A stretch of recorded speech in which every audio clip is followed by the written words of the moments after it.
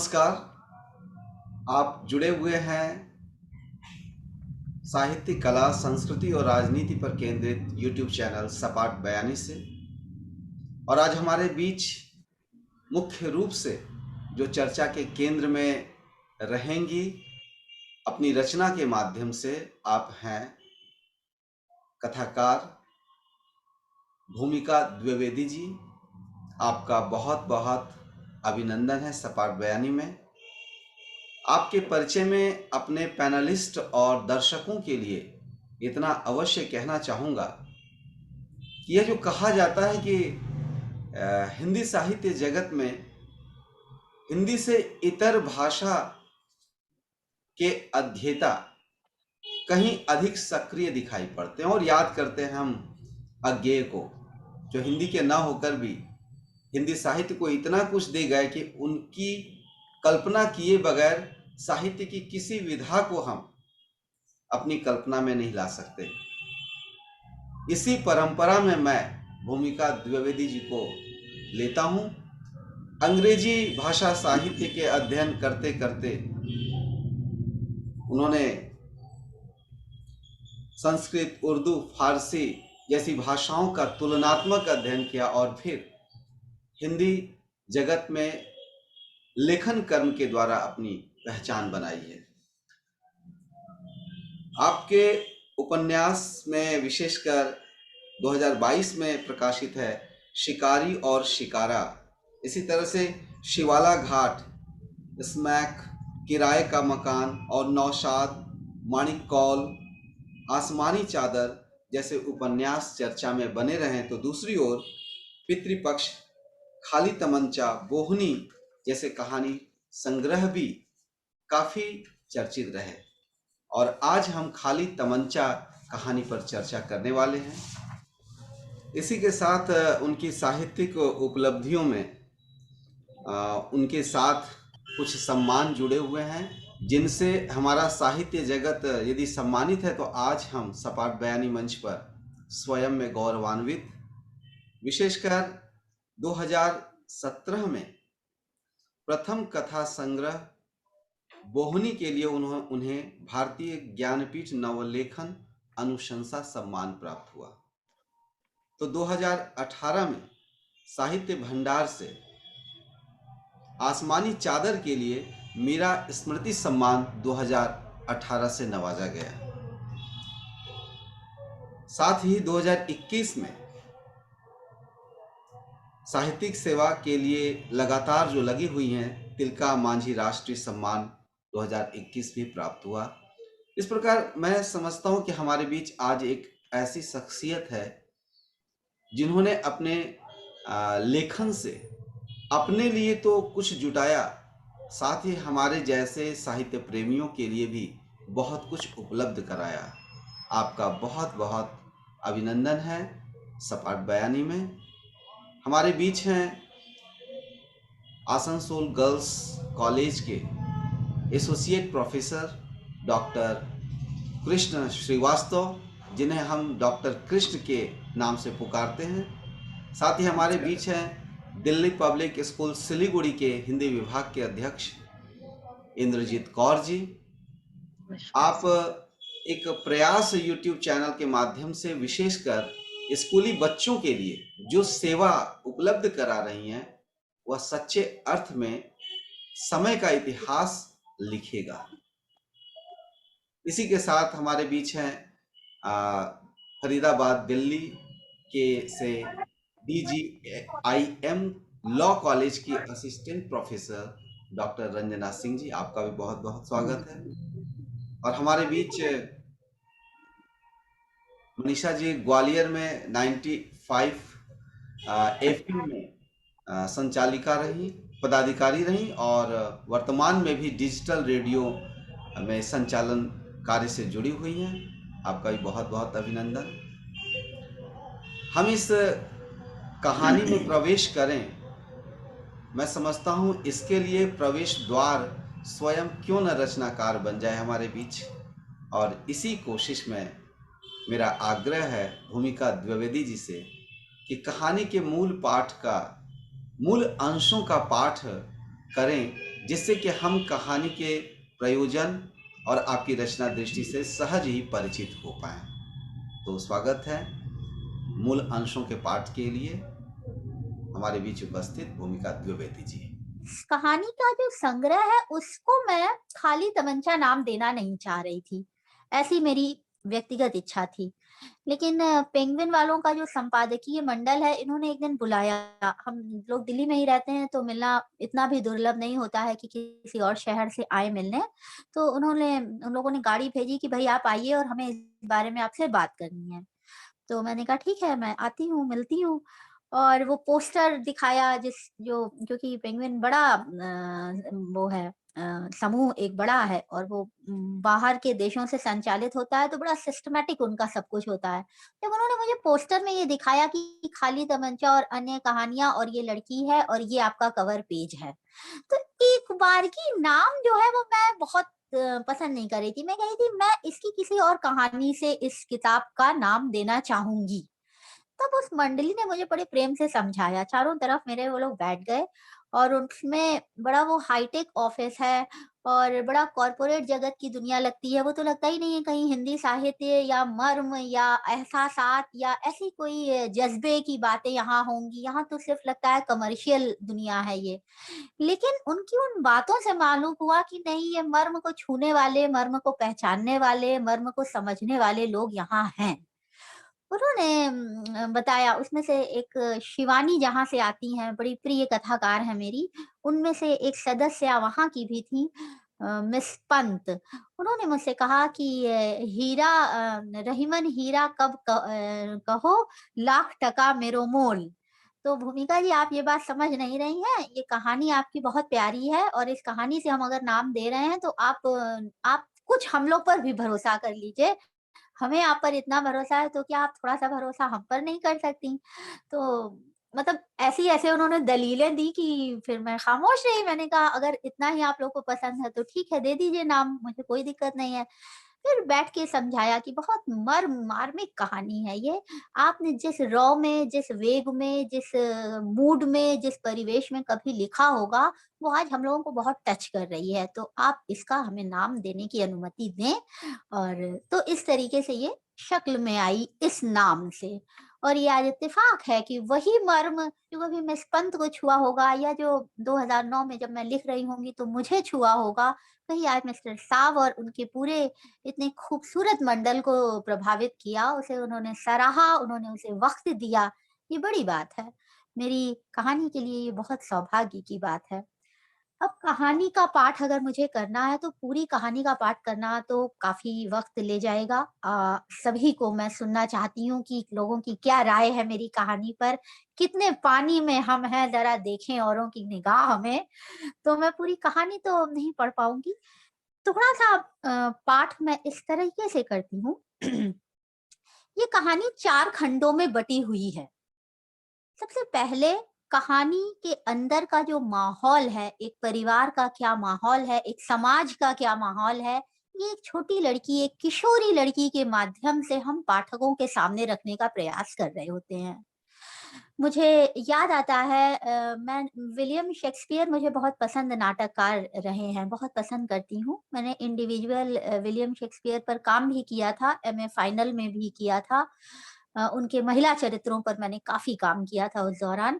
तो उस वक़्त हम लोग के टीचर्स जब हम लोग को पढ़ा रहे होते थे, क्योंकि यहाँ बहुत सारे टीचर्स बैठे हैं, तो उन लोगों को देख के मुझे ये बात याद आ गई। और टीचर्स वो लोग होते हैं जो आपको आखिरी कदम जो आपका होता है वहां तक आपकी उंगली आप पकड़कर साथ ले गए होते हैं। हम कुछ बनकर नहीं आते, हम बहुत कच्चे घड़े होते हैं, टीचर्स ही हमें बनाते हैं। तो उन टीचर्स जब शेक्सपियर पढ़ा रहे थे तो वो बता रहे होते थे कि कहानी का एक उन्वान होता है, ऊंचाई पर जाती है, कहानी का एक प्लेटफॉर्म होता है, उस प्लेटफॉर्म पर हम कहानी समझते हैं कि हम किस जगह, किस स्टेशन पर खड़े हैं आकर। फिर वो कहानी ऊँचाई पर चढ़ती है, फिर वो कहानी का एक पीक पॉइंट होता है, फिर वो कहानी धीरे से नीचे उतरती है और कहानी अपने अवसान के साथ पाठकों से एक बातचीत करके, पाठकों को एक मैसेज देकर आपके सामने से गुज़र जाती है। ये होती है कहानी। ये कभी शेक्सपियर को पढ़ते समय हम लोगों ने सीखा था तो कुछ वैसा ही प्रयास किया है। तो जो 4 खंडों में कहानी है, तो पहला प्लेटफ़ॉर्म इस कहानी का ये है कि हम एक परिवार जो बहुत विखंडित परिवार है, जिसमें बहुत विखंडन है, और उस विखंडन, उस परिवार के इस टूटे हुए भाव का एक किशोरी पर, एक किशोर बच्चे पर क्या असर पड़ रहा है, ये हम जानते हैं उसी किशोरी की ज़बानी। हम उनके माता-पिता के माध्यम से ये नहीं जानते, क्योंकि एक बच्चा आके रो रहा है, एक बच्चा अभी स्कूल से आया है, उसने खाना नहीं खाया, स्कूल से लौट के उसने अपनी यूनिफ़ॉर्म नहीं बदली है, उसने कुछ अपने स्कूल का तरतीब, अपने स्कूल का कार्यक्रम, अपने स्कूल में होने वाली गतिविधियों से अपने पेरेंट्स को, अपनी माँ को, माँ ही आ रही है प्रेम से पूछने कि बेटा तुमने तो कपड़ा भी नहीं बदला, बेटा तुमने कुछ भी नहीं किया, तो वो इसी चिंता में घुला जा रहा है कि मेरा परिवार इतना टूट रहा है, मेरे यहाँ टीचर्स भी ऐसी बातें कर रहे हैं। तो समाज, और उस समाज के ताने-बाने में उस बच्चे पर क्या असर पड़ रहा है, और वो अपनी ज़बान से उसको सिर्फ़ एक ही चिंता खाई जा रही है कि मेरी माँ मुझे छोड़कर चली तो नहीं जाएगी। उसको नहीं पता है कि पति जो होता है उसको जैसे-जैसे उसकी उम्र बढ़ रही होती है, उसे और जवान देह चाहिए होती है। उसे ये साइको नहीं पता, उसे ये डिमांड नहीं पता, उसे नहीं पता कि उसकी जो माँ है वो क्यों मारी जा रही है, क्यों पीटी जा रही है, उसे नहीं मालूम। उसको बस ये पता है कि मेरी माँ मुझे छोड़ के चली तो नहीं जाएगी। तो एक समाज, एक परिवार, एक विद्यालय का माहौल एक बच्चे के माध्यम से हमने प्लेटफ़ॉर्म में पहले खंड में ये दिखाने का प्रयास किया है। फिर हमारा दूसरा खंड आता है। दूसरे खंड में कहानी जो है वो और शीर्ष पर जाती है कि वो बहुत बुरी तरह से उसकी माँ पीटी जा रही होती है, और वो बिल्कुल लाचार खड़ी हुई है, वो कुछ कर नहीं सकती है, वो अपने बाप को धक्का देके भगा नहीं सकती है, उसके पास इतनी ताकत नहीं है, वो बहुत छोटी-सी बच्ची है, लेकिन वो अपनी माँ को बचाने का प्रयास जितना कर सकती है, करती है। फिर कहानी का तीसरा खंड आता है, और ये खंड जो है ये कहानी को ऊँचाई पर ले जाता है, और वो ये दिखाता है कि उस बच्ची को माँ ने उस घर से बाहर निकाल दिया। माँ को कम से कम उस बच्चे की बहुत चिंता थी कि ये बच्चा पढ़े, इसकी पढ़ाई में रुकावट ना आए, और प्लस उसे अपने जीवन की चिंता थी। तो इस माहौल से उसको बाहर ले गई। भले ही, क्योंकि वो बता रहे हैं कि वो बहुत बड़े बाप की बेटी है और वो पत्नी बहुत बड़े आदमी की बीवी है, लेकिन उस बड़े माहौल से, उस रईसी से वो बाहर लेके टिन के शेड में रह रही है, पर she is happy now, she is quite happy. क्योंकि वो जो घुटन है, वो जो विखंडित होती कड़वाहटें हैं, वो उससे बाहर है। भले ही वो गरीब है, भले ही उसकी माँ आज ट्यूशन पढ़ा रही है। ये कहानी की ऊँचाइयाँ हैं कि वो उस जगह भी वो इतनी खुश है, और वो किशोरी जो है अब थोड़ी-सी युवावस्था की ओर कदम रखने जा रही है, वो 12th में आ गई है, तब वो क्लास 6 में पढ़ रही हो रही थी, जब कहानी वो प्लेटफ़ॉर्म पर हमने देखी थी, जब कहानी हमने शुरू की थी। लेकिन आज ये कहानी जब तीसरे खंड पर पहुँची है, तो वो 12वीं की छात्रा हो गई है, और अब वो समझने लगी है, और उसके अंदर विद्रोह, किसी भी एक मामूली बच्चे के अंदर विद्रोह इतना ज़्यादा पनप चुका है, इतना जम चुका है कि वो अपने पिता को सबक सिखाने तक की प्रतिज्ञा मन में ले चुकी है, और इत्तेफ़ाक से उसे उसका भाई का मित्र, बड़े भैया का मित्र मिल जाता है, जितेंद्र भैया जिसे वो कहती है।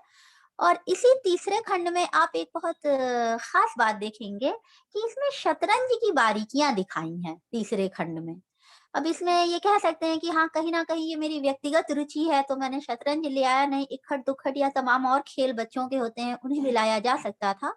लेकिन यहाँ कुछ व्यक्तिगत रुचि है कि शतरंज पसंद है मुझे, तो मैं शतरंज के माध्यम से ही दिखाना चाह रही थी चीज़ें, स्पष्ट करना चाह रही थी, और इसमें ये भी मैं चाह रही थी दिखाना कि बच्चा बहुत शार्प दिमाग का है, वो पढ़ने में बहुत अच्छा बच्चा है, वो शतरंज इसी तरह जीतता है।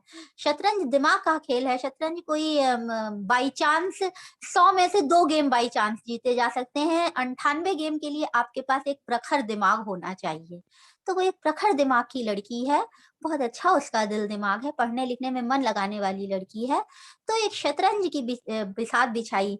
हालाँकि इसमें मुझे बाद में बहुत मज़ा भी आया ये देखकर कि कुछ एक उपन्यास भी आए, और ये उपन्यास ऐसे लोगों ने लिखे, मुझे बहुत हंसी आई ये देखकर, जिन्हें पियादे की चाल भी नहीं मालूम थी। वो 2.5 कदम चलता है घोड़ा, उसकी चाल पे लोग उपन्यास लिख रहे हैं।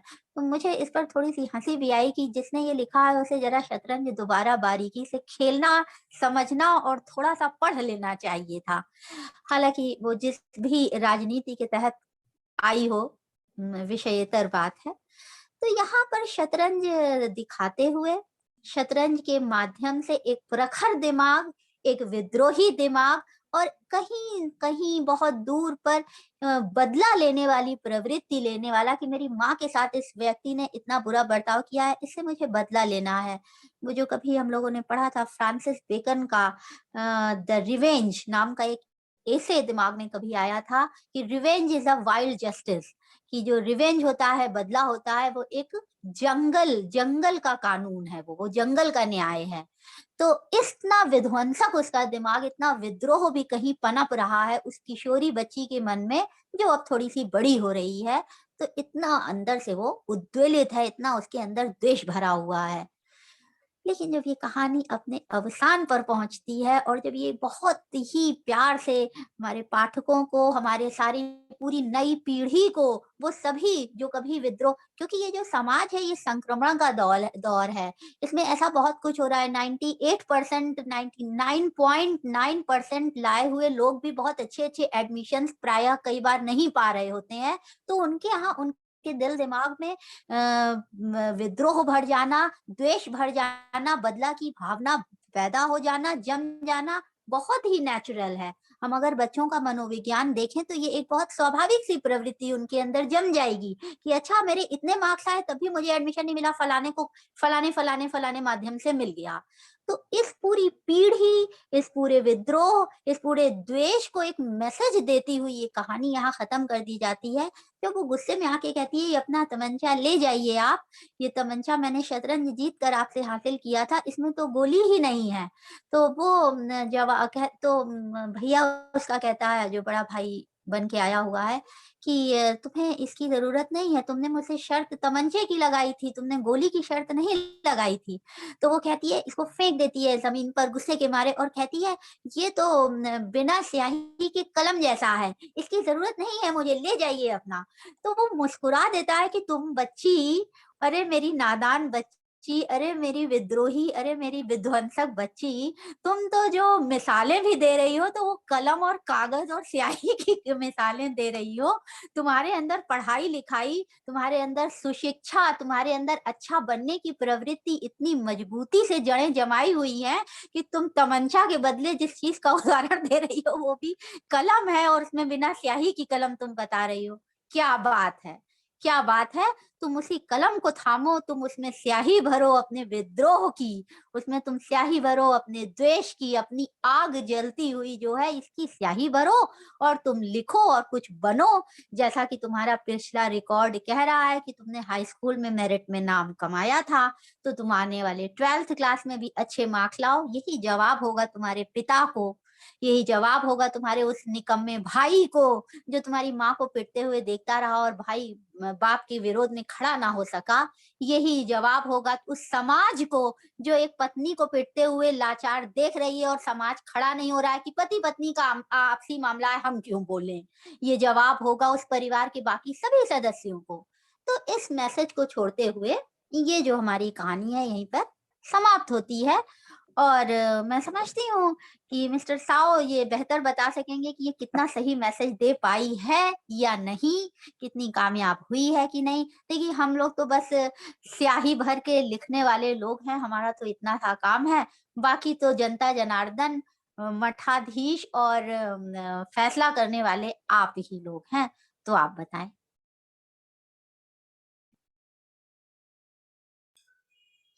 बहुत बहुत धन्यवाद।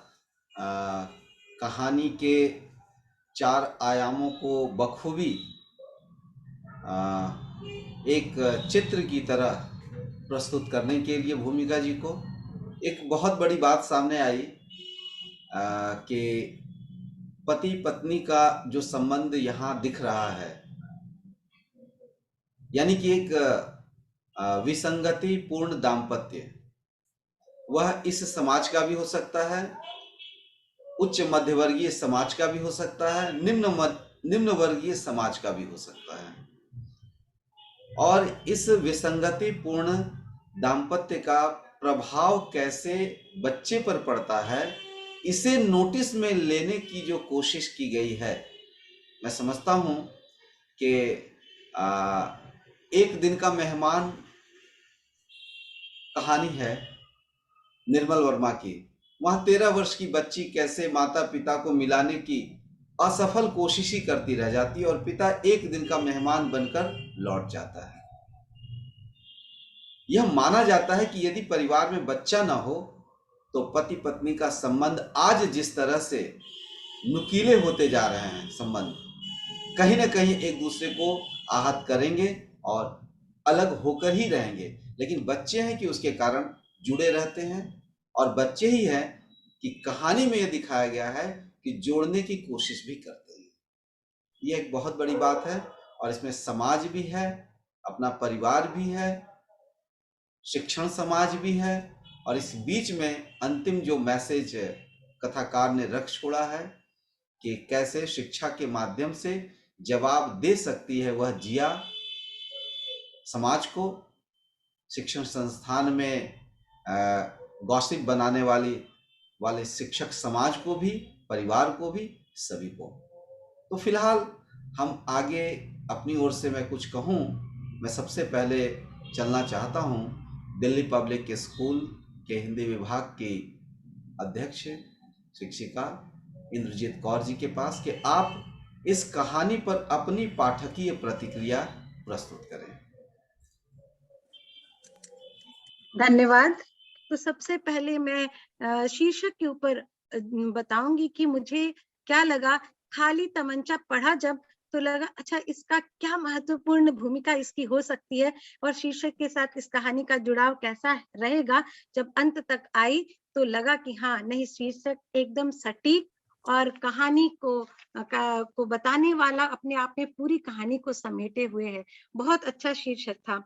और जहां तक कथानक की बात करूंगी तो कथानक का ताना बाना बहुत अच्छी तरह गुना आपने, जिसमें आधुनिकता के परिवेश में जो ढकी हुई नारी है उसकी उस ढकेपन के अंतर में क्या क्या होता है वो अभी तक आधुनिक नहीं हो पाया, वो वैसा ही पुराना है। हम आधुनिकता का आवरण ढोते जा रहे हैं, अपने ऊपर लाते चले जा रहे हैं, नौकरियां भी कर रहे हैं, पढ़ लिख भी रही हैं स्त्रियां, पर उस आवरण का जो मोटाई है वो बढ़ती जा रही है, पर अंदर में जो होता था वही होता चला जा रहा है। ये कि वो नारी, इस कहानी की जो पात्रा है, मैंने देखा खुद भी पढ़ी लिखी है, पर खुद अपने लिए वो अपना अधिकार नहीं ले पा रही, और अपनी बेटी को उस परिवेश से लेकर के बाहर जाके उसको खड़ा कर देती है। स्वयं वो नारी का जो वो साइड है उसको भोगती रहती है, उसके प्रति कोई आवाज ही नहीं उठा पाती। अच्छा, तो ये कथानक इस मामले में भी अच्छा लगा कि हमारे समाज में कितनी भी हम कहते जाए कि नारी के बारे में बहुत काम हो रहा है, नारी बहुत पढ़ लिखी है, लेकिन कहीं ना कहीं अभी भी बहुत काम करने की, स्वयं नारी को स्वयं को पहचानने की आवश्यकता है, जो कि वो उस बच्ची में, जो कि एक पीढ़ी और आगे आगे वो उसमें नजर आता है, जो विद्रोह करने का प्रयास कर रही है। संवाद भी मुझे बहुत अच्छे लगे, बहुत साधारण आम बोलचाल की भाषा में लिखे हुए हैं, और अंत तक आते आते कहानी में जो जिज्ञासा, उत्सुकता को बनाए रखना चाहिए उसको बनाने में बहुत सहायक लगे मुझे। मेरी नजर में मैंने देखा कि खाली तमंचा जो है वो एक सिंबल है, प्रतीक का काम कर रहा है नकारात्मकता का सकारात्मकता में परिवर्तन के लिए। क्रोध है पर वो विकास की ओर ले जाता है, आत्मविश्वास में उसको परिवर्तित करता है। अशांत जो छटपटाहट है वो उसको शांत चित्त करके उसको आगे बढ़ा करके किसी सही दिशा में बढ़ने का एक साधन बनता है खाली तमंचा। तो कहानी का उद्देश्य जो है, खाली तमंचा के माध्यम से शक्ति का शांति से मेल करके उसे समाप्त होने की बजाय बचाकर प्रफुल्लित प्रस्फुटित होने की ओर संकेत देता है। जहाँ तक मेरा जो समय है उसमें मैं इतना ही कहना चाहूंगी कि सब कुछ मुझे जो लगा कि किस तरह की कहानी खिलना शुरू करती है और अंत में जाके किस सकारात्मक मोड़ की ओर ले जाती है, वह आज हम टीवी में देखें तो कितने जो जिसको बोलते हैं ना ब्लैक ड्रामा, जो इस तरह के आजकल चलते जा रहे स्टोरीज आ रहे, सच के नाम पर हमें बहुत कुछ परोसा जा रहा है, लेकिन अगर हम देखें कि अंत उसका अगर सकारात्मक हो तो कहीं ना कहीं जैसे प्रेमचंद जी ने कहा था कि यथार्थ इतना भी ना सामने नजर आने लग जाए कि निराशा समाज में फैल जाए, तो उस निराशा से बचने के लिए मुझे लगता है ये सकारात्मक अंत करना आवश्यक था, जो कि शायद हमारी आने वाली पीढ़ी को एक और द्वार कि क्रोध से किसी चीज को प्राप्त करना, विद्रोह से किसी का नाश करके प्राप्त करने की बजाय सकारात्मक दृष्टिकोण रख के खुद को विकास करके हम समाज को सकारात्मक देते चले जाएं, उसका विश्वास दिलाता है। कहानी को दो पीढ़ियों में बांटकर देखने की कोशिश रही मैडम इंद्रजीत कौर जी की। एक पीढ़ी है हर तरह से शिक्षा के स्तर पर समर्थ होते हुए भी वह बात नहीं निभा पाती है जो अगली पीढ़ी यानी जिया में अपनी बेटी में वह देख सकती है।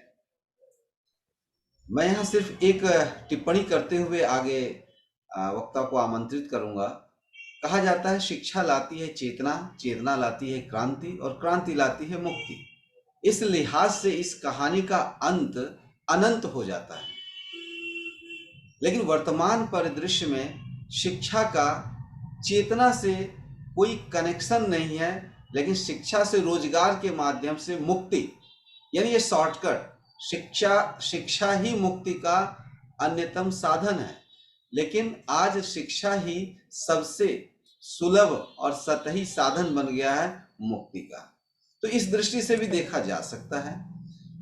हमने देखा कि भूमिका जी ने कहानी को 4 स्तरों पे रखा और आगे हमारी मैडम इंद्रजीत कौर ने 2 पीढ़ियों के बीच देखा। और अब आगे मैं आमंत्रित कर रहा हूं मनीषा चतुर्वेदी जी को कि आप अपनी पाठकीय प्रतिक्रिया प्रस्तुत करें। मैं भूमिका जी को सबसे पहले बधाई देना चाहूंगी। जैसा कि मैंने पहले भी कहा था कि उन्होंने बाल मन को लिखने का प्रयास किया, ये बहुत ही अच्छी बात है। और ये भी मैंने कहा कि मैं इस कहानी का वाचन अब जरूर करूंगी, और उसके लिए मैं भूमिका जी से एक बार परमिशन ले लूंगी व्यक्तिगत रूप से। और शुरुआत भी यहीं से होगी कि न जाने वो बच्चा किस खिलौने से खेलता है जो हर रात अपनी माँ को पिटते देखता है। क्योंकि ऐसे बच्चे जो घर में डोमेस्टिक वायलेंस देखते हैं और आम बच्चे, उनकी मनः स्थिति में जमीन आसमान का अंतर होता है। ऐसे बच्चे अपनी उम्र से 2 गुने बड़े हो जाते हैं। और सबसे बड़ा अफसोस इस बात का है कि कोई भी ऐसे बच्चों की पीड़ा को समझने का समाज में प्रयास ही नहीं करता, क्योंकि उसको हर वक्त ये लगता है कि ये भी एक आम बच्चा है और उसे आम बच्चे की तरह ही ट्रीट किया जाता है। लेकिन ये बहुत मुश्किल बात है कि जिसके घर में हर रोज पिटाई, लड़ाई हो रही हो और कोई भाग भी ना ले रहा हो, ऐसे में वो नन्हा सा बच्चा कितनी तकलीफें झेलते हुए स्कूल जाता होगा, स्कूल से आता होगा। मुझे लगता है कि जिया की माँ के दर्द को और विस्तार देना चाहिए था। इसलिए क्योंकि एक औरत की मनः स्थिति, एक छोटा सा इसका अंश, बहुत 4 लाइनों का मैं पढ़ना चाहूंगी कि जिया बिस्तर से उठी और एक बार अपनी माँ के गले लिपटी, उसका चोटिल कंधा सहलाया, प्यार से चूमा, फिर बाथरूम की ओर चली गई। उसके जाने के बाद उसकी माँ फूट फूट के पहले खूब रोई। उसने जब्त दिल के आंसुओं से धोया, कसैले हुए जी को हल्का किया, ताकि बेटी से अपनी तकलीफें छुपा सके और फिर अपने आंचल से अपने आंसू पहुंचे। उसके बाद जिया और जितेंद्र के लिए खाने के इंतजामों में लग गई। एक औरत को अपने दर्द को समय देने का भी समय नहीं है परिवार में।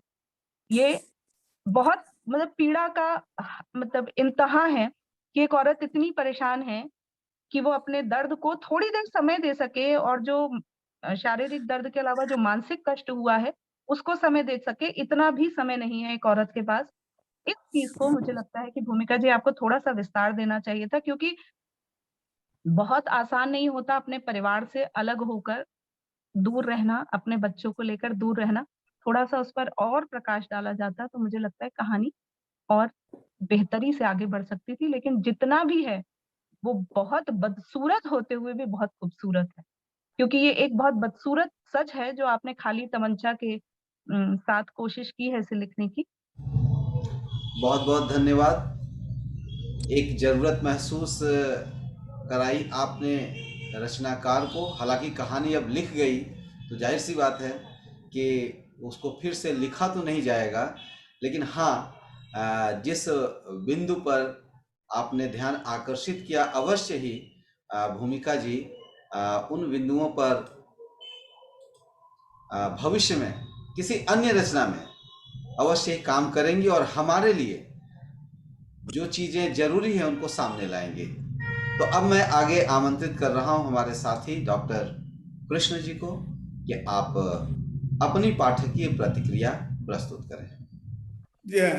अजय जी ने भी जो भूमिका बनाई कि मूलतः कैसे घरेलू हिंसा से जुड़ी हुई कहानी और स्त्री हिंसा से जुड़ी हुई और उसमें भी दाम्पत्य जीवन की हिंसा से जुड़ी हुई ये कहानी, बार बार हम सब लग ही सकता है कि कहानी ऐसी होनी चाहिए, वैसी होनी चाहिए, इस पात्र को थोड़ा ज्यादा बोलना चाहिए, इस पात्र को थोड़ा कम बोलना चाहिए, इसको और ज्यादा सामने आ जाना चाहिए। लेकिन निश्चित रूप से लेखिका का अपना एक विजन है और मुझे लगता है ये और किसी की कहानी न होकर उस किशोर बच्चे की कहानी है, उस जिया की कहानी है। तो हमें ये स्वीकार कर लेना होगा कि दूसरे जितने भी पात्र हैं वे इसमें बस उस पात्र को आगे ले जाने के लिए, ये उपन्यास तो है नहीं कि तमाम चरित्रों का विकास किया जाए, ये एक कहानी है, इसको अपनी बात कहनी है और संक्षेप में कहनी है, तो स्वाभाविक रूप से ये जिया की कहानी है। इसलिए और जितने पात्र हैं वे सब अनुषंगिक पात्र हैं, चाहे उसका पिता जो मुख्य खलनायक के रूप में बहुत कम आया है, उसकी कारगुजारियां तो एक बार बस स्पष्ट हुई हैं और लेकिन बोलता हुआ वो पात्र हमारे पास है ही नहीं। माँ भी रूप में जो है वो कहती हुई जो आदर्श भारतीय माँ का जो कॉन्सेप्ट रहा उसके आसपास, लेकिन अंततः उससे उभरती हुई, ये बड़ी बात है। लेकिन हम जैसे लोग कह सकते हैं कि भाई के चरित्र को थोड़ा सा जो है और विस्तार देना चाहिए था। भले बचपन में वो पिता के मार के भय से माँ के लिए न बोल पाता रहा हो, लेकिन जब वो बड़ा हो गया और जबकि माँ अलग रह रही है, बहन उसके साथ है, तो वैसी स्थिति में लेकिन होता है तमाम लोगों की महत्वाकांक्षाएं, तमाम लोगों की पारिवारिक संबंधों में इस तरह की स्थितियां पर्याप्त होती हैं कि कुछ लाभ के लिए, कि केवल सामाजिक संबंधों में नहीं अपने परिवार में भी इस तरह की स्थितियां पर्याप्त होती हैं कि स्वार्थ सिद्धि जहां से हो उसकी थोड़ी बड़ाई कर देना, उसका पक्ष ले लेना या उसका सागिर्द बढ़ जाना, ये स्वाभाविक है। तो बहरहाल इन सब के बीच कहानी का जो बितान ताना गया है निश्चित रूप से घटनाक्रम के धरातल पर वो अत्यंत महत्वपूर्ण है और बड़ी संजीदगी के साथ लेखिका जो बातें कहना चाह रही है वो कह पा रही है। वो उस दर्द को, माँ के उस दर्द को भले ही बहुत ज्यादा उसकी अभिव्यक्ति नहीं हो रही है, लेकिन उस दर्द को सिर्फ जिया नहीं समझ रही, पाठक भी अगर वो संवेदनशील पाठक है तो वो भी बहुत बेहतर ढंग से महसूस कर रहा है कि आम भारतीय परिवारों की स्थितियां जो है आज भी इस तरह के पात्र बहुत से मिल जाएंगे और स्त्रियां भी, भले वो स्त्री नहीं लेकिन दूसरी जहां मारपीट तो थोड़ा बहुत चलता ही रहता है, भले वहां जिया को समझाने के लिए वो कह रही अंदर से पूरी तरह से दुखी है, लेकिन हमारे महान भारतीय परिवार जिनकी बड़ी बड़ी गाथाएं गाई जाती हैं, जिनके बड़े उदाहरण दिए जाते हैं, वहां प्रायः, हरदम नहीं लेकिन प्रायः वह जो है टिके हुए हैं इस स्त्री के त्याग पर, स्त्री की अपनी महत्वाकांक्षाओं से अलग होने की वजह से। तो वैसी स्थिति में जैसा इसे घटित होना चाहिए था स्वाभाविक रूप से उस रूप में है। और जब अवसर मिलता है माँ बेटी अलग हो जाते, जब माँ के साथ बेटी ही ठीक से जुड़ी है तो स्वाभाविक रूप से वही जा रही है। लेकिन ये महत्वपूर्ण बात है जो जिस ओर लेखिका उसे इस कथा वितान को ले गई है कि वो रवि से जिस तरह से शर्त रखती, हमें तमंचा चाहिए है।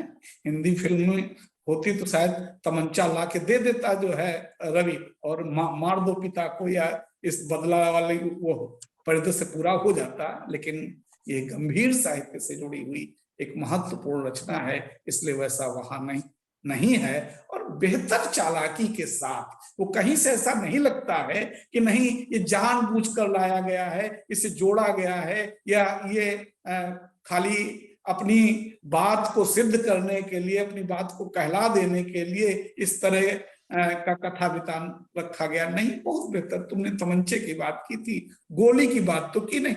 खूब सोचते समझते हुए भाई ने, बहुत बेहतर, भाई का तात्पर्य लेखिका ने बहुत अच्छा जो है तरीका निकाला है कि सांप भी मर जाए और लाठी भी न टूटे वाला हाल, कि तमंचा की बात की, तमंचा मिले, और गोली की बात तो की नहीं। और महत्वपूर्ण बात जिया की ये, जिसको भूमिका जी ने भी स्पष्ट किया कि मूलतः यह बिना स्याही का पेन वाली स्थिति है। और बहुत बेहतर ढंग से ये बात आ सकी इसमें। और बड़ी बात कि रवि यहाँ प्रायः होता है कि मित्र अपने मित्र की बहनों पर प्रायः बहुत अच्छी दृष्टि नहीं रखते।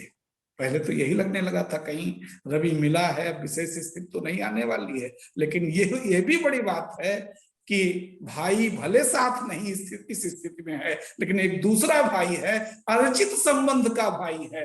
वास्तव में कभी कभी होता है कि हमारे जो है जैविक संबंध काम नहीं आते, भले कभी कभी होता हो, लेकिन ये होता है कि हमारे जैविक संबंध काम नहीं आते और हमारे अर्जित संबंध बहुत काम आ जाते हैं। कभी भाई के रूप में, कभी चाचा के रूप में, कभी बहन के रूप में, कभी तो तमाम नाना रूपों में जो है ये अर्जित संबंध जो है हमारे जीवन में महत्वपूर्ण भूमिका निभा जाते हैं। तो यहाँ ये अर्जित संबंध भाई का अंतः वो दे देता, क्या फर्क पड़ता, मार देती हो, या जो होता वो होता।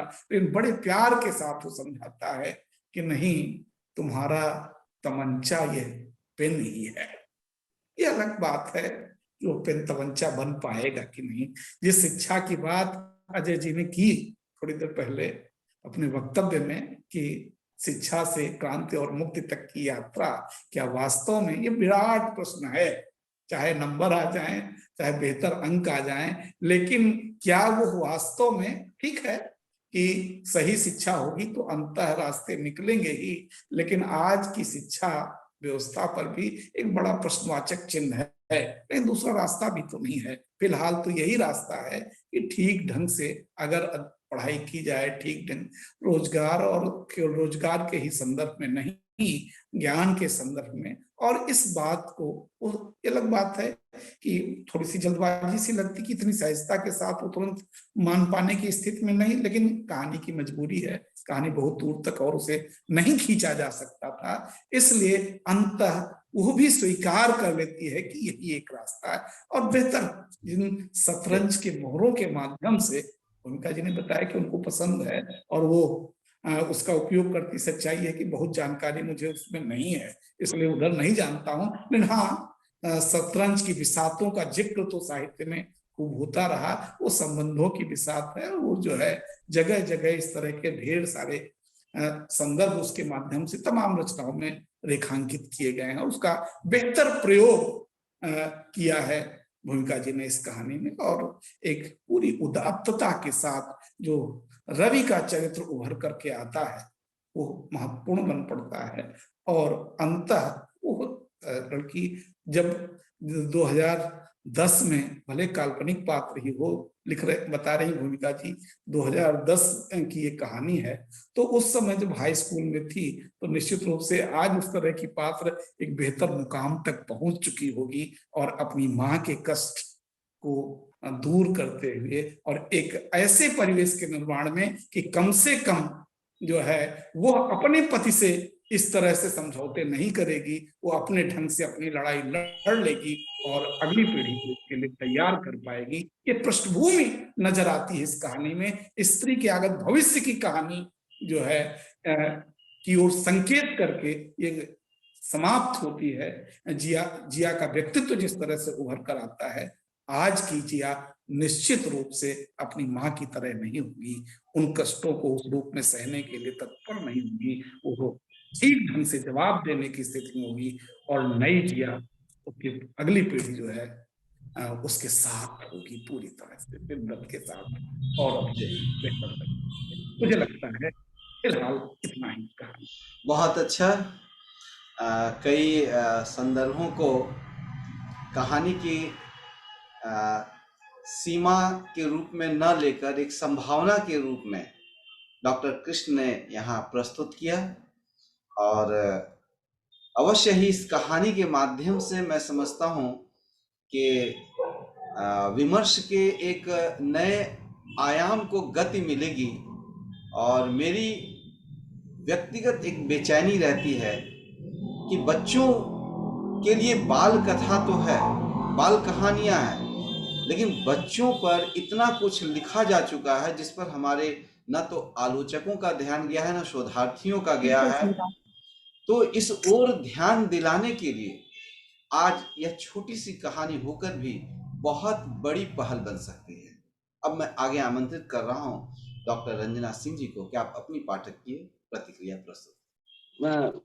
बहुत सारे मनोवैज्ञानिक हैं, उनका मानना है, विश्लेषणवादी जो हैं, उनका मानना है कि हमारा समाज हमें वो वातावरण नहीं देता जिस वातावरण में हमारा जो पूरा विकास है या जो व्यक्ति चाहता है वो मिले।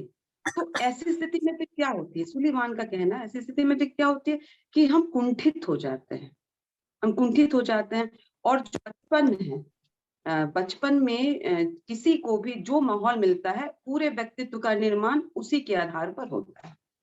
तो बहुत सारी कुंठाएं आती हैं, या तो बच्चा जो है लघुत्व ग्रंथि का शिकार हो जाता है, प्रभुत्व ग्रंथि का शिकार हो जाता है, बहुत सारी हैं। तो ग्रंथियों पर तो मैं नहीं जाऊंगी, लेकिन यहाँ दो, या तो बच्चा विद्रोही हो जाता है, ठीक है, या तो बच्चा विद्रोही हो जाता है या दब्बू हो जाता है। दोनों प्रकार हमारे सामने दिखते हैं। पुत्र को लिया जाए तो क्या करता है, पुत्र का जो पात्र है उसको बहुत नहीं फैलाया गया है, लेकिन उतने में समझ में आता है वो दब्बू प्रकृति का है। और बेटी क्या है, वो विद्रोहिणी बन गई। तो जो मनोविज्ञान जो कहता है, या तो वो आत्मकेंद्रित हो जाती है या बहुत वाचाल हो जाती है। तो ये जो हमारे सामने जो पात्र है जिया, वो जिया के माध्यम से आपने उस वाले मतलब पक्ष को भी बहुत अच्छे से, बहुत बखूबी से इस कहानी के माध्यम से मतलब हमें दिखाने का प्रयास किया और आपने बहुत मतलब इसमें सफलता पाई है, मैं बोलूंगी। जो ऐसे में क्या होता है, वो जो बच्चा है वो विद्रोही बन गया, इसका मतलब ये हुआ वो समायोजित नहीं कर पाया, वो अपने संतुलन जो एक व्यक्तित्व में होता है वो नहीं आ पाया। उस संतुलन को लाने के लिए आपने रवि को लाया, जो भाई का जो फ्रेंड है, दोस्त है, उसको लाया और उसके माध्यम से उसका पूरा व्यक्तित्व जो है वो संतुलित हो गया। तो मेरे हिसाब से मुझे लगता है कि आपने बहुत अच्छे, और जहां तक शतरंज की बात है, तो मेरा जहां मैं पढ़ाती हूँ वहां वो कहानी लगी हुई है शतरंज के खिलाड़ी, तो वहां विषय और मात बहुत कुछ है। हाँ, तो आपने भी बहुत बारीकी को रखा है, जिस तरह से प्रेमचंद ने पतनशील जो पूरा मध्यकालीन युग है उसको दिखला दिया है शतरंज के माध्यम से। और आपने प्रयास किया है कि बच्चे की जो बुद्धि है, उसका जो तीक्ष्ण दिमाग है और उसकी जो समझ है, सूझबूझ है, तो आपने भी जो आपका मंतव्य है उसको आपने सिद्ध किया। इसके लिए बहुत बहुत बधाई की पात्र हैं आप। मेरे दृष्टिकोण में बाकी विद्वान लोगों ने बहुत कुछ कह दिया, मेरा मानना है मनोवैज्ञानिक दृष्टिकोण से भी आपने इसमें सफलता पाई है। देखने में कहानी जो है सीधी और सरल है, अपनी बात कहने में सक्षम है और वो अपनी बात जो है कहती है और हल भी देती है। तो अब मेरी बात मैं यही समाप्त करती हूँ, बहुत कम है। तो बहुत बहुत धन्यवाद। हमने इतना सुना और मैं अपने व्यक्तिगत जीवन से दो अनुभव रखूंगा। जो यहाँ रवि कर सकता था सहज ही, मैंने वह भी किया। और सहज ही जो करना चाहिए था कि तमंचा दे दो मार दो, मैंने यह किया व्यक्तिगत रूप से। और शिक्षा की बात है तो मैं भी कर रहा हूँ। 2 परिवार की बात बताऊं कि एक परिवार जो भाड़ा बर्तन करती थी, माँ आती थी काम करके और माँ की कमाई पिटाई करके लेकर के और पिता दारू वगैरह पी लेते थे। तो बच्चों ने कहा कि भैया मैं क्या करूं, आंगन में रहते थे, भाड़ा का घर एक साथ।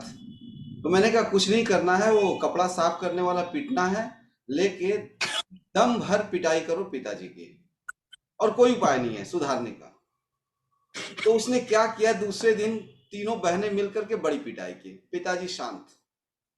2 महीना 3 महीना शांत रहे, फिर हाल वही हुआ।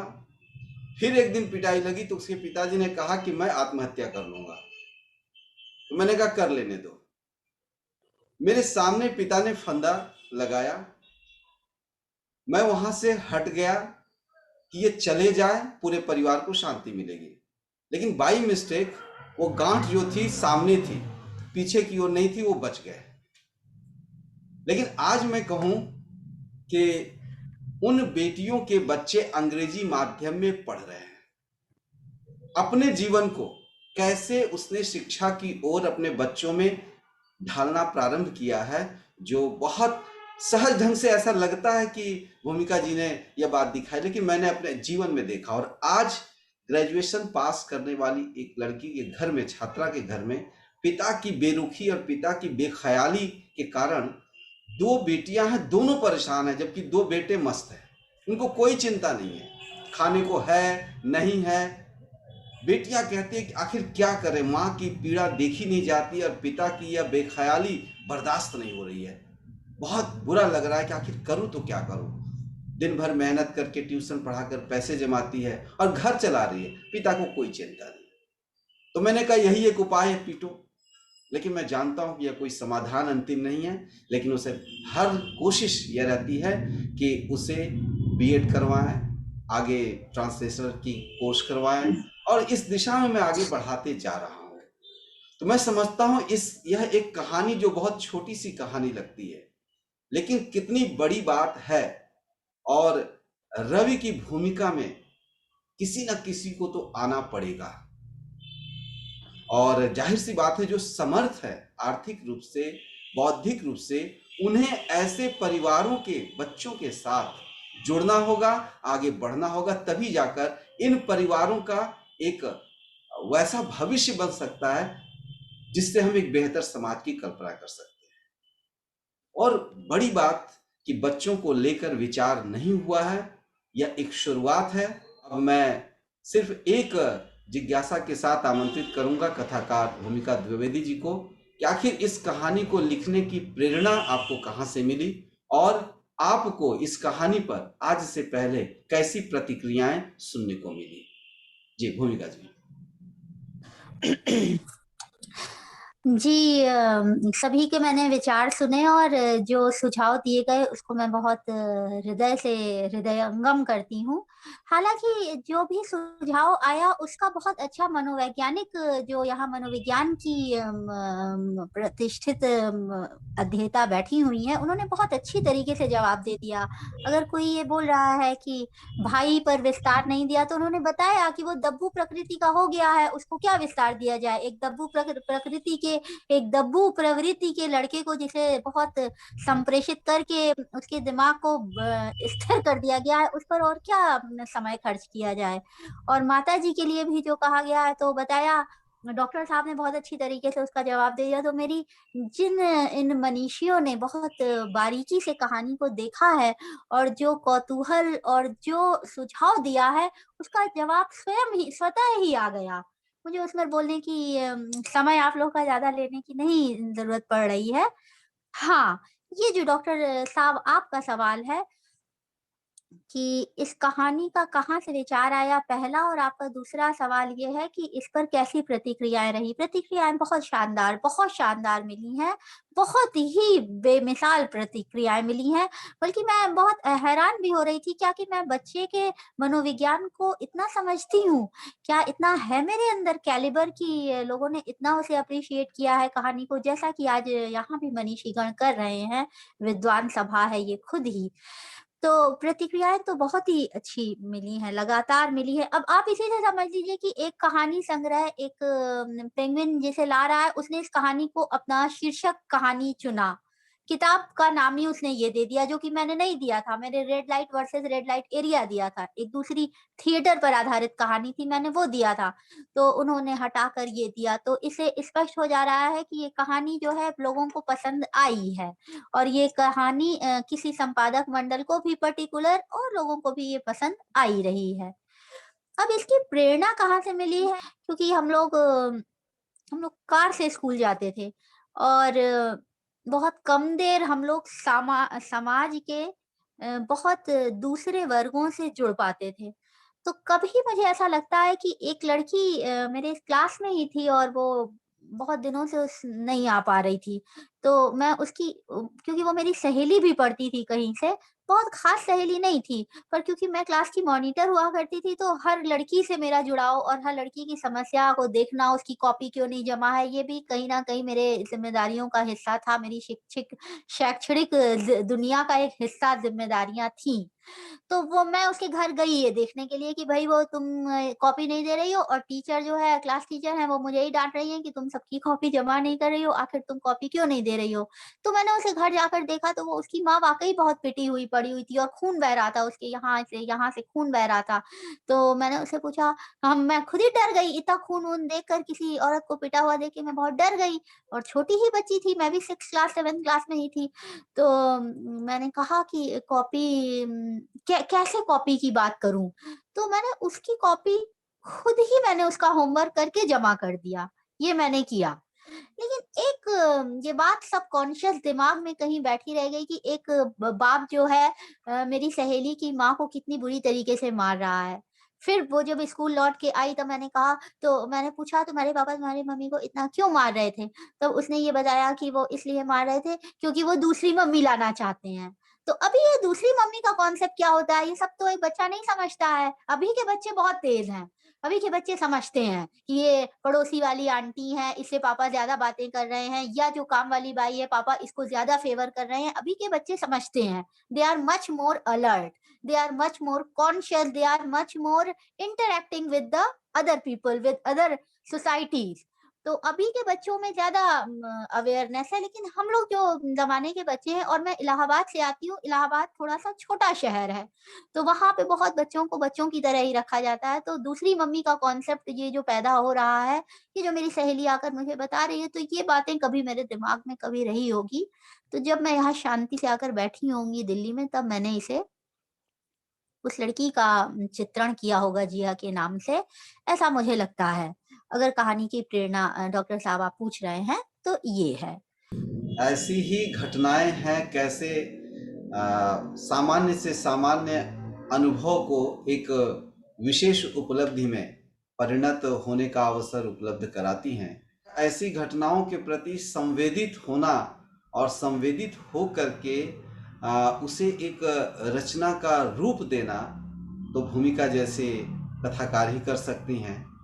और मेरे लिए एक सुकून की बात है कि आज भी जब मैं बात करता हूं और अपने विद्यार्थियों को कहता हूं कि शोध करो इस विषय पर, बाल चरित्र पर, तो बोर्ड में बैठे हमारे प्रोफेसर साथी कहते हैं बाल साहित्य पर करना है, तो वहां समझाना पड़ता है। और जामिया विश्वविद्यालय में जब मेरी एक छात्रा ने इस विषय को रखा, तो बोर्ड में ही किसी ने कह दिया कि मैं इस विषय पर शोध करवाऊंगा।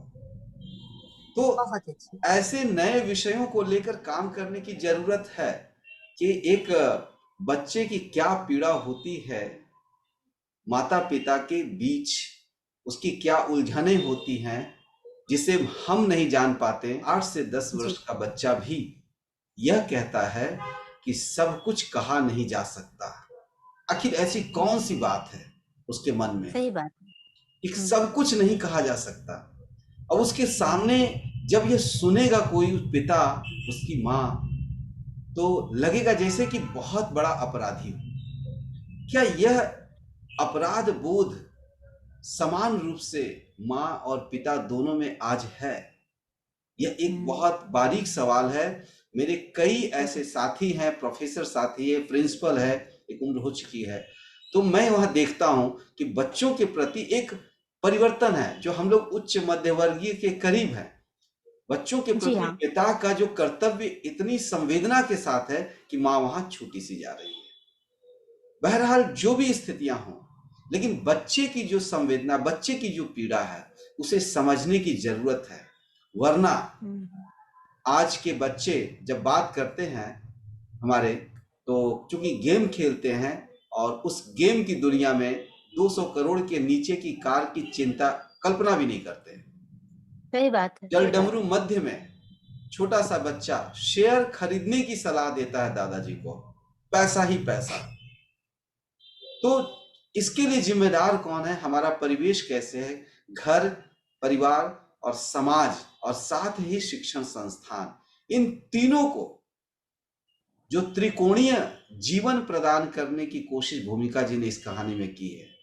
मैं समझता हूं कि घेरा बनाने के लिए 3 कोणों का होना जरूरी है, और यहाँ घर परिवार के साथ शिक्षण संस्थान और समाज, ये तीनों को जो उन्होंने रचा है, सचमुच बेमिसाल है।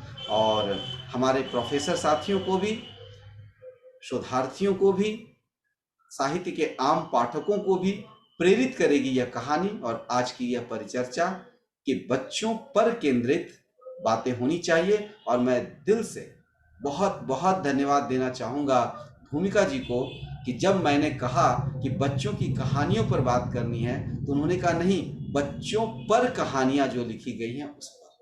तो की और पर के अंतर का जो बोध क्षण भर में कराया, इसके लिए मैं व्यक्तिगत रूप से भूमिका जी को बहुत बहुत धन्यवाद देता हूं कि आगे हम आपसे जुड़े हैं, और उम्मीद है कि हमारे डॉक्टर कृष्ण जी भी अब अन्य रचनाओं की ओर भी मुड़ेंगे। आज बहुत ही बेहतर आपकी समीक्षा रही। पहली बार मैडम इंद्रजीत कौर जी जुड़ पाई हैं, और इस बहाने भी, और उसके पहले से ही हम लोग बहुत परिचित हैं, और रंजना सिंह जी दिल्ली में ही हैं, और भूमिका जी से मिलना, सराय में रहती हैं, वहां चाहे तो मिल सकती हैं, बातें कर सकती हैं। बिल्कुल बिल्कुल बिल्कुल, सौभाग्य की बात। जरूर मिलूंगी, जरूर मिलना होगा हमारा। मनीषा जी ने जो यह आश्वासन दिया, सचमुच में ऐसे कार्यक्रमों की व्यक्तिगत रूप से एक आयोजक के लिए यह उपलब्धि है कि यदि रेडियो में ऐसी कहानियों को आवाज मिले, तो आज डिजिटल प्लेटफॉर्म पर हम साहित्य को ला रहे हैं और उसे नए नए चेहरे में, कलेवर में उतार जो रहे हैं, यह भी बहुत बड़ी उपलब्धि है। इसके लिए हमारे आज के अतिथियों को बहुत बहुत धन्यवाद।